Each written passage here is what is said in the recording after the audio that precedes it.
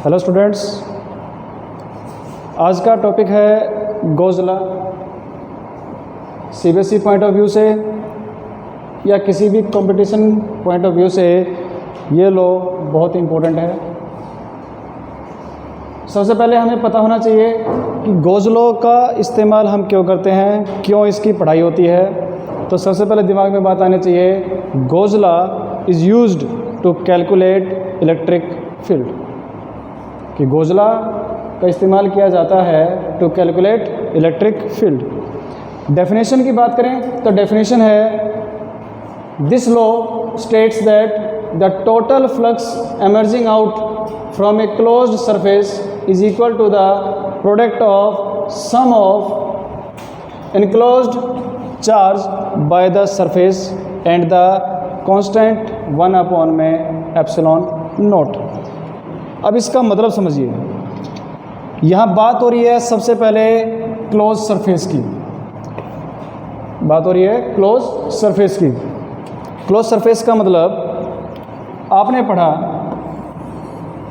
This is a close surface, और जब हमने पढ़ा था इलेक्ट्रिक फ्लक्स तो उस केस में हमने दो सरफेसेस पढ़े थे, एक था ओपन सरफेस और जो दूसरा था वो था हमारे पास क्लोज सरफेस।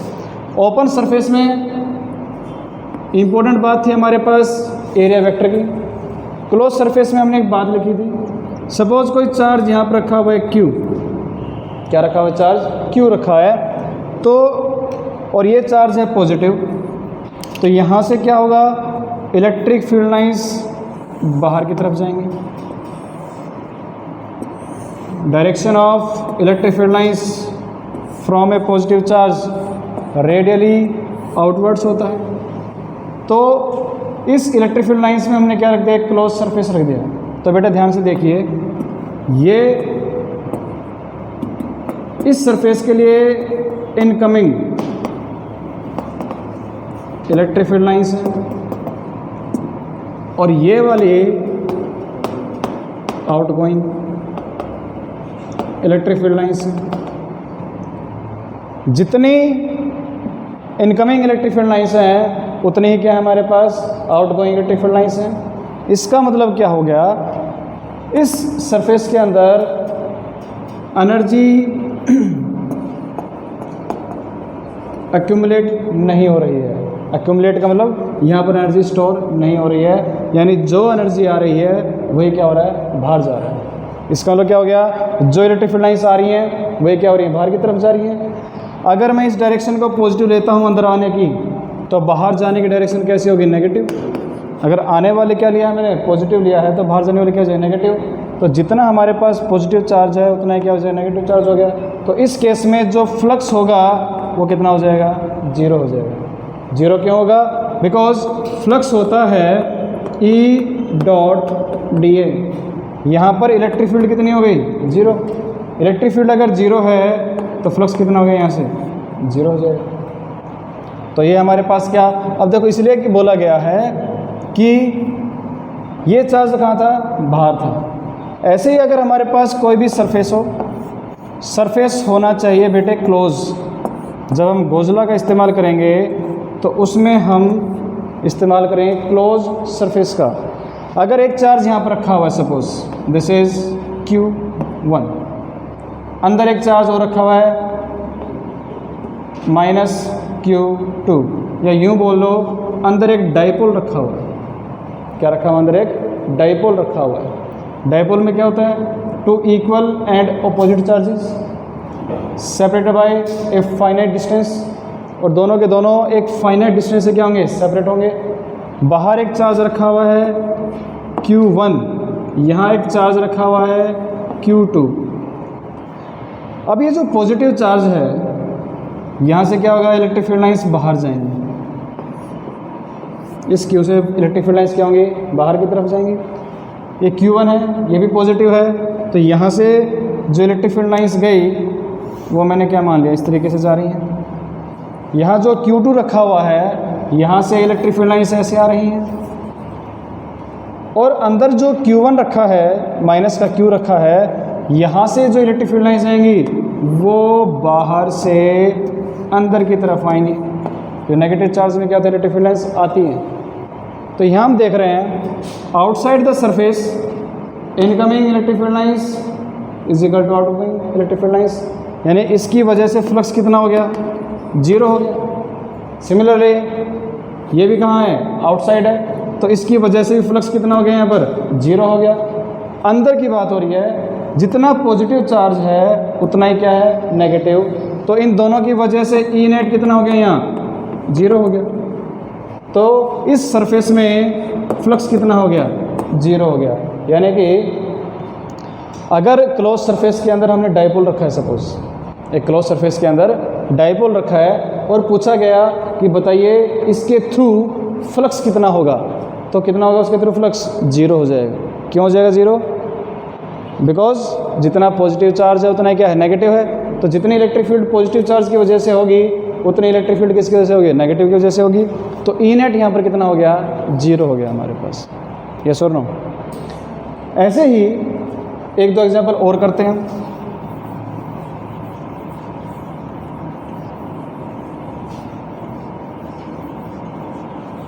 हमने कहा एक स्फीयर, क्या है ये, स्फीयर है। This is charge Q1 and this is charge Q2 और ये चार्ज क्या हो गया, Q3। अब इस केस में डेफिनेशन देखते हैं क्या कहती है। अब ये जो चार्जेस हैं Q1, Q2, Q3 सारे के सारे हमारे पास कैसे हो गए, पॉजिटिव हो गए। तीनों चार्ज कैसे हो गए, पॉजिटिव हो गए। अब ये जो चार्जेस हैं इस स्फीयर के अंदर क्या हैं, एनक्लोज्ड है।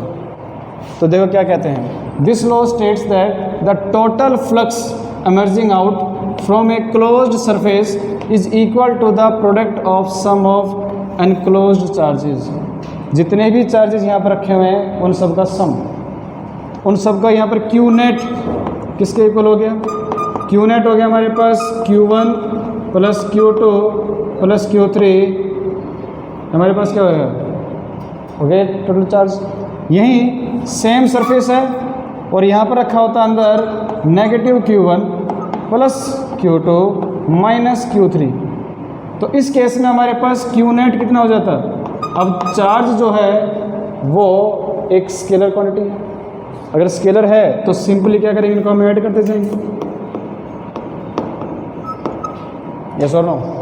अगर इसकी वैल्यू हमारे पास 1 माइक्रोकूलम है, इसकी वैल्यू 2 माइक्रोकूलम है, इसकी वैल्यू हमारे पास 3 माइक्रोकूलम है, तो कितना रिजल्ट हो गया अपने पास, -1 -3 -4 और प्लस का कितना हो गया 2, तो रिजल्ट कितना आ गया अपने पास, -2 माइक्रोकूलम। तो Q नेट कितना आ गया यहाँ से हमारे पास, 2 माइक्रोकूलम।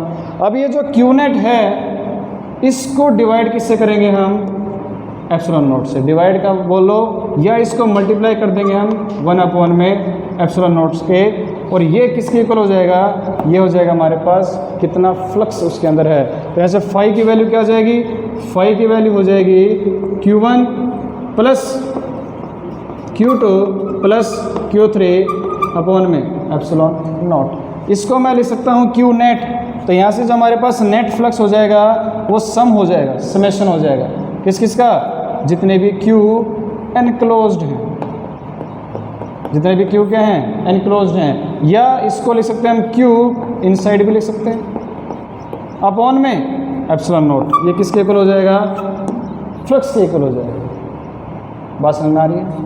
या यूँ बोले हम, और इसको डिटेल में करने के लिए समेशन की जगह अगर हम इंटीग्रेशन का इस्तेमाल करते हैं तो इंटीग्रेशन में क्या हो जाएगा, इंटीग्रल E डॉट डी ए का मतलब सरफेस एरिया, किस सरफेस एरिया के अंदर एनक्लोज्ड है हमारे चार्जेस, और वो किसके इक्वल हो जाएगा, वो हो जाएगा Q इन अपॉन में एप्सिलॉन नॉट। यहाँ पर मैंने इंटीग्रेशन के ऊपर एक सर्कल लगाया है, इस सर्कल का मतलब होता है क्लोज्ड सरफेस।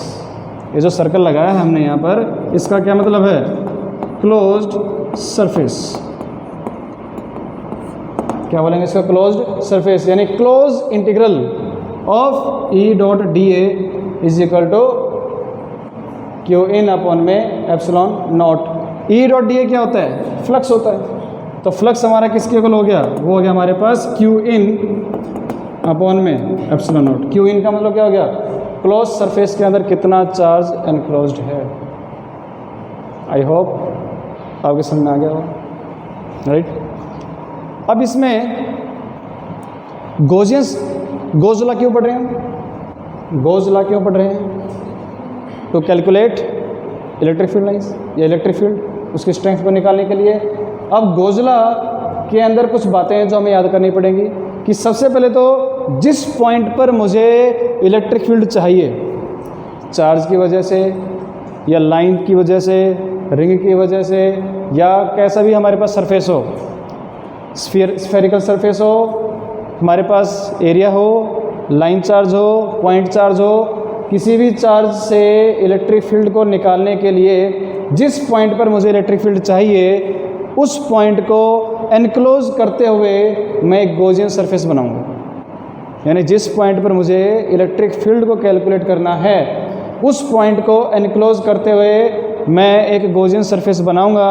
और वो गॉसियन सरफेस कैसा होना चाहिए वो मैंने यहाँ पर बता दिया है कि गॉसियन सरफेस कैसा होना चाहिए। इस तरीके से होना चाहिए कि हर एक पॉइंट का जो ई का मैग्नीट्यूड है वो क्या होना चाहिए, सेम होना चाहिए, यूनिफॉर्म होना चाहिए, फिर वहाँ पर क्या होना चाहिए, जीरो होना चाहिए।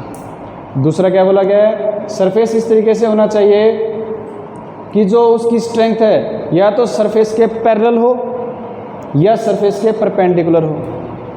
कौन? इलेक्ट्रिक फील्ड की स्ट्रेंथ। समझ रहे हैं आप? इसको एक बार नोट करिए। फिर हम इसकी कुछ एप्लीकेशंस करेंगे। एप्लीकेशन में क्या होगा, हमारे पास जैसे हम पहले कर चुके हैं electric field due to a point charge, वहाँ से वैल्यू कितनी आई थी हमारे पास, electric field due to a point charge k/r² आया था। उसके बाद हमने किसके लिए किया था, एक लाइन चार्ज के लिए किया था। उसमें 3 केस किए थे, इनफाइनाइट था, फाइनाइट था, सेमी इनफाइनाइट था। वहाँ से जो इलेक्ट्रिक फील्ड की वैल्यू आई थी हम उसको गोज लॉ की मदद से किस तरीके से सोल्व करते हैं, वही हमारे पास क्या हो जाएगा, गोज लॉ हो जाएगा। इसको नोट करिए। फिर हम नेक्स्ट एप्लीकेशन करते हैं गोज लॉ की।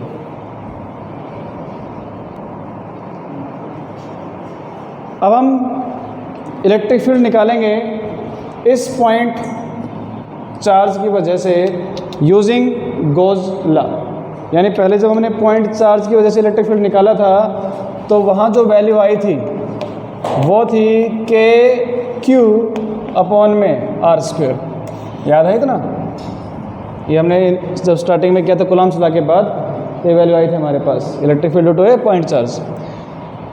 ये चार्ज Q है बेटे, और मुझे इस पॉइंट पर, इस पॉइंट P पर क्या चाहिए, इलेक्ट्रिक फील्ड चाहिए इस चार्ज की वजह से। तो अभी मैंने क्या बताया था, जिस पॉइंट पर हमें इलेक्ट्रिक फील्ड चाहिए उस पॉइंट को एनक्लोज करते हुए क्या बनाओ, एक गॉसियन सरफेस बनाओ। ये हमने क्या बना दिया, एक गॉसियन सरफेस बना दिया बेटे। गॉसियन सरफेस इस तरीके से लेना है कि जहाँ वो चार्ज रखा हुआ है उसके सिमेट्रिकल हो। जैसे पॉइंट चार्ज है, अब पॉइंट चार्ज का सिमेट्रिकल क्या होगा, स्फीयर। अगर मैं लाइन चार्ज की बात करूं तो उसके लिए क्या हो जाएगा बेटे, सिलेंड्रिकल हो जाएगा। यस और नो? तो पॉइंट की वजह से क्या हो गया, एक स्फेरिकल सरफेस बन गया हमारे पास। ये जो बनाया है ये हमारे पास हो गया गॉसियन सरफेस। क्या हो गया, ये गॉसियन सरफेस। यानी गोज लॉ कहाँ अप्लाई होगा, क्लोज सरफेसेस के ऊपर। अब देखो, अब हमें क्या करना है, अब ये पॉजिटिव चार्ज है Q, तो यहाँ से electric field lines radially outwards होंगी। तो मैंने इस स्फीयर का एक छोटा सा हिस्सा ले लिया बेटे, इस स्फीयर का एक छोटा सा हिस्सा ले लिया, पार्ट ले लिया मैंने। तो इस यहाँ से क्या हो रहा है, इलेक्ट्रिक फील्ड लाइंस बाहर आ रही हैं, आ रही है, रेडियली आउटवर्ड्स होता है। और इस सरफेस का एरिया वेक्टर वो भी कैसा हो जाएगा, परपेंडिकुलर टू द सरफेस, बताया था आपको। और वो भी क्या होता है, रेडियली आउटवर्ड्स होता है, एन कैप हो गया।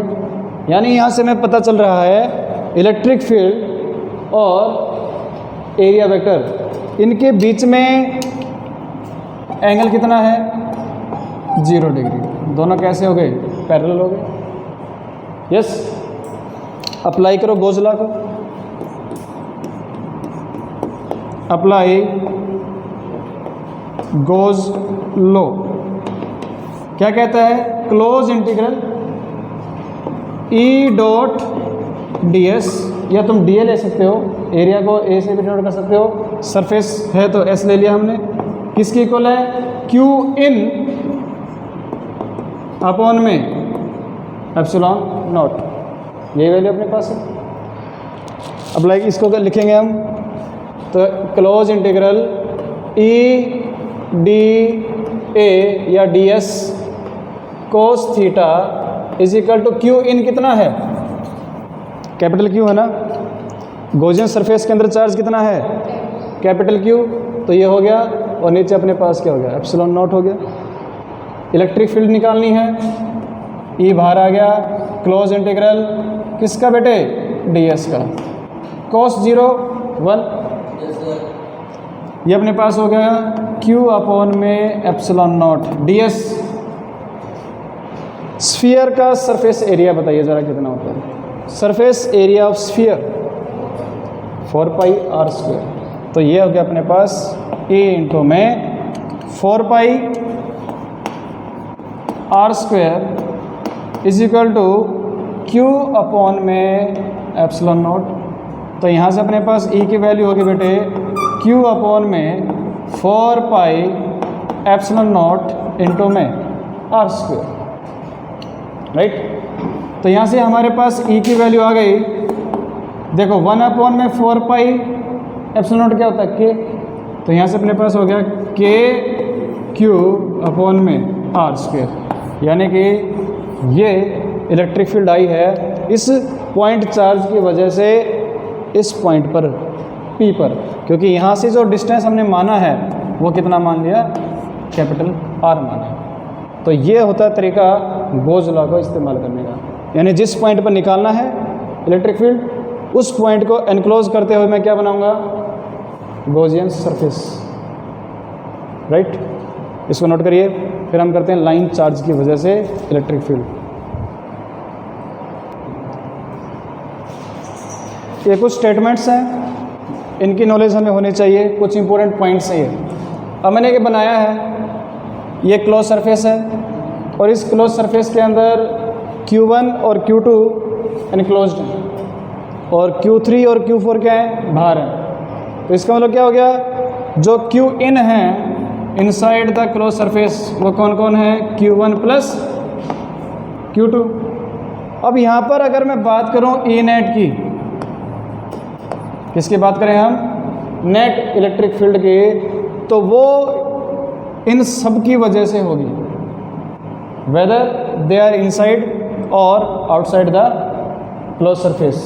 चार्जेस अगर हमारे क्लोज सरफेस के अंदर हैं या क्लोज सरफेस से बाहर हैं, बट जो नेट इलेक्ट्रिक फील्ड होगी इन सब की वजह से होगी, अंडरस्टूड। ई नेट जो होगी वो Q1, Q2, Q3 और Q4 इन सब की वजह से होगी, समझ गए इस बात को। अब कुछ स्टेटमेंट लिखी हैं। पहली स्टेटमेंट क्या है, if you place a dipole in a close surface then what is phi, phi कितना होगा, अगर मैं क्लोज सरफेस के अंदर डाइपोल को प्लेस करता हूँ, यानी कि ये हो गया हमारे पास -Q, ये क्या हो गया +Q, तो बताइए ज़रा, तो यहाँ पर कितना हो जाएगा, फाई हो जाएगा हमारा 0 हो जाएगा, क्योंकि जितना हमारे पास पॉजिटिव चार्ज है उतना ही क्या है, नेगेटिव चार्ज है। नेक्स्ट स्टेटमेंट क्या कहती है, if the net electric field is 0, अगर ई नेट कितनी है, 0 है, it means that flux is 0। ये स्टेटमेंट ट्रू है या फॉल्स है, क्या बोला गया है, अगर नेट इलेक्ट्रिक फील्ड क्या है, 0, तो उस केस में जो फ्लक्स होगा वो 0 होगा। ये ट्रू होगा या फॉल्स होगा, बताइए ज़रा, बताइए। जब ई नेट ही 0 हो गया तो फ्लक्स कहाँ से होगा, तो इसका मतलब क्या हो गया हमारे पास स्टेटमेंट ट्रू। अगर फ्लक्स 0 है तो इसका मतलब ई नेट 0 है, क्या ये बात सही है, बताइए। अगर फ्लक्स ज़ीरो है तो इसका मतलब क्या हो गया, ई नेट हमारी ज़ीरो है। बताइए ज़रा। फॉल्स। क्यों है फॉल्स? ये वाला केस देखिए, अगर चार्ज यहाँ रखा है तो ये क्या हो रहा है, हमारे पास इलेक्ट्रिक फील्ड लाइन्स आ रही है ना, तो यहाँ पर क्या हो गया, अंदर तो फ्लक्स ज़ीरो है बट ई तो प्रेजेंट है, क्योंकि हमने क्या पढ़ा अभी कि ई नेट जो है वो बाहर जो चार्जेस रखे हैं और जो अंदर चार्जेस हैं, इन सब की वजह से यहाँ पर हमारे पास क्या है, ई नेट। नेक्स्ट जो स्टेटमेंट 3 है वो क्या हो गया हमारे पास, अगर फ्लक्स ज़ीरो है इसका मतलब क्या हो गया कि जो नेट चार्ज है वो क्या है, ज़ीरो। ट्रू और फॉल्स?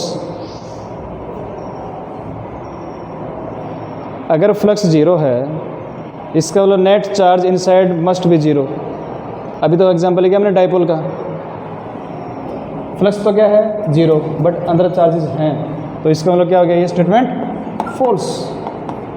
अगली क्या कहती है, फ्लक्स आपका ज़ीरो है तो कोई भी चार्ज अंदर नहीं है।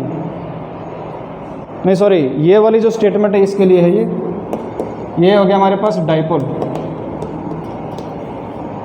ठीक है, इनको नोट करिए। फिर हम क्या करेंगे, इसके ऊपर एप्लीकेशंस ऑफ गोज़ लॉ।